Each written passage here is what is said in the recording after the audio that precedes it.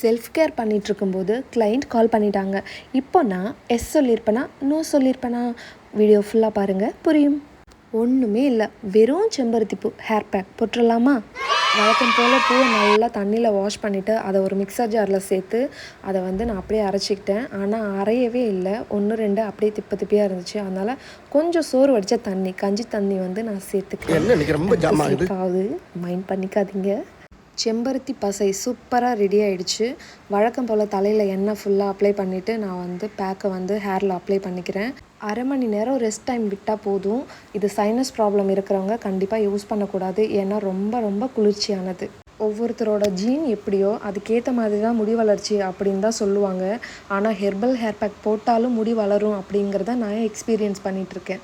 என்னோடய செல்ஃப் கேரோட என் கிளைண்ட் கேரையும் சூப்பராக முடிச்சிட்டேன். என்னோடய ஃபஸ்ட்டு ஹேர் பேக் வீடியோ பார்க்குறவங்களுக்கு தெரிஞ்சிருக்கும் இப்போ என்னோடய ஹேர் க்ரோத் எப்படி இருக்குது அப்படின்ட்டு. இது ஜஸ்ட் பிகினிங் தான், நம்ம வெயிட் பண்ணி பார்க்கலாம். தொடர்ந்து வீடியோவுக்கு சப்போர்ட் பண்ணுங்கள். தேங்க்யூ.